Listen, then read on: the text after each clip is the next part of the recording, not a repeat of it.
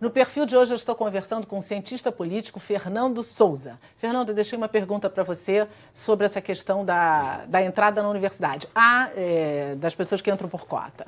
Há pessoas, há estudiosos que dizem que não adianta ter a cota, porque se ele não teve a base, ele não vai responder lá na frente. Ou até pode responder, mas responde de forma sofrível, vamos dizer assim.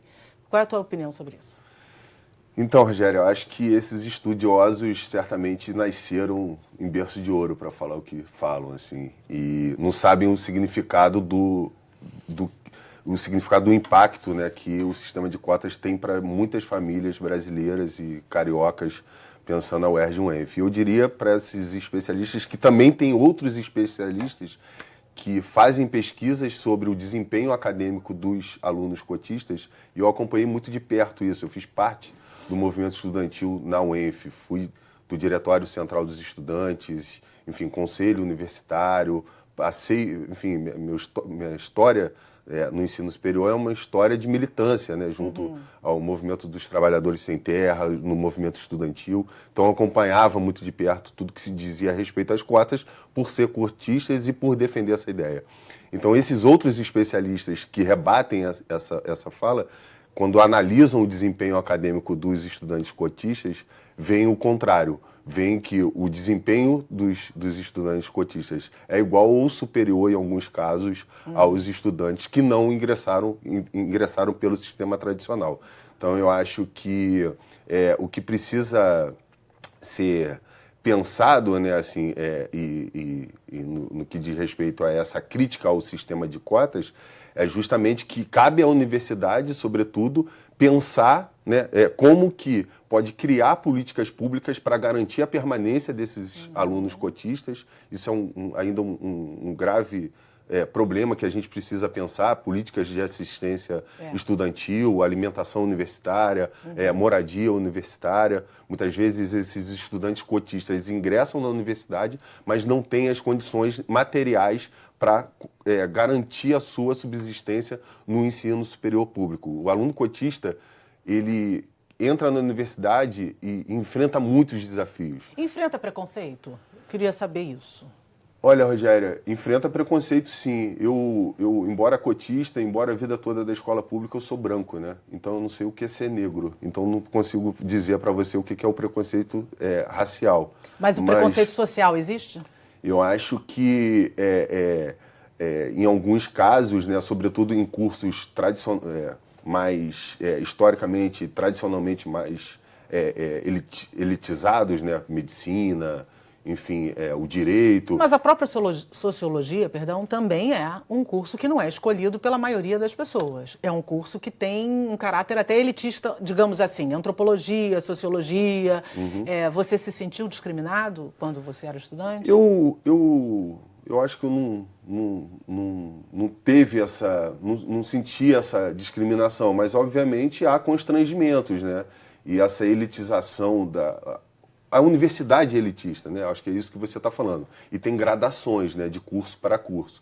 Mas você percebe esse elitismo quando você entra na universidade e se depara com um texto, né? A leitura é fundamental para, né, nas cadeiras da antropologia, da sociologia, da ciência política. Então, que você se depara com um texto numa língua estrangeira. E como eu falei, aí é nessa hora que você fala: caramba, aqui, o meu limite aqui, ó. E aí, enfim, é colocado esse desafio. E, por vezes, você lida com constrangimentos de professores que acham que você tem que ler e se vira, né? Mas, assim, não consideram esse histórico do aluno cotista. Mas eu acho que, por outro lado,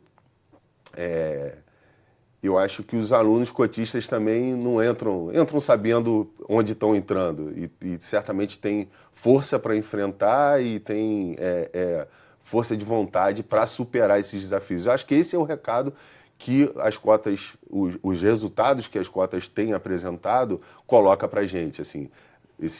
Essa geração está se formando, essas primeiras gerações de cotistas que ingressaram nas universidades estão se formando, estão ocupando espaço e tem muito o que dizer e precisa ser escutado. Eu acho que esse recado ele está dado.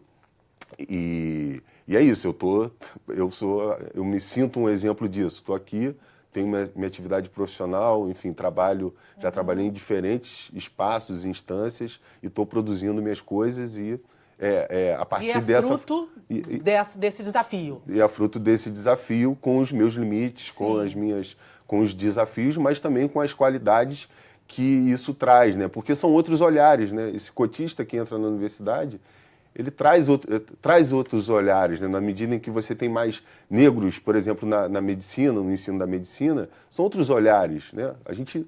Quantos médicos a gente foi nos últimos tempos e quantos médicos que a gente foi eram negros, né?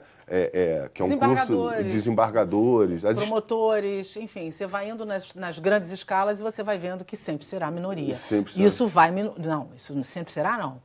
É até agora, mas essa história está mudando e a gente está vendo que ela está mudando, então, no seu ponto de vista, o sistema de cota é muito válido, Exatamente. Pelo que eu entendi.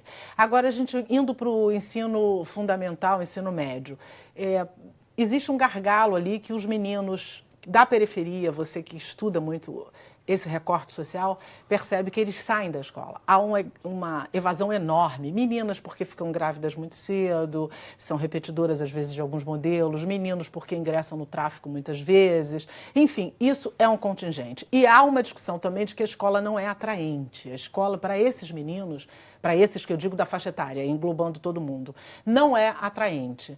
Você acha que a escola precisa rever essa condição ou não? Então, Rogéria, eu acho que, infelizmente, no nosso país, a gente disputa a juventude, o Estado disputa a juventude não pela vida, mas pela morte. Quando eu falo isso, é porque o Estado, basta acessar diferentes pesquisas, a gente vive num país em que a gente convive com 60 mil assassinatos por ano. Se a gente pega e recorta esses 60 mil assassinatos, a gente vê que há uma porcentagem muito alta de jovens negros moradores de periferias que são assassinados diariamente pelo Estado, por agentes do Estado, pelas polícias, pelas forças de segurança. Então, eu acho que a gente ainda disputa a vida do jovem pela morte e não pela vida, e não por políticas públicas que a escola é colocada como estratégica para disputar a vida desse jovem. É isso que a gente precisa encarar como realidade. Qual é o papel da escola? A gente precisa falar de segurança pública não olhando para a segurança pública. Acho que eu estou falando da segurança pública porque você coloca a questão do ingresso, né, dos meninos que são jovens, né, no tráfico varejista, né, porque eles são seduzidos por uma ideia de um mundo melhor.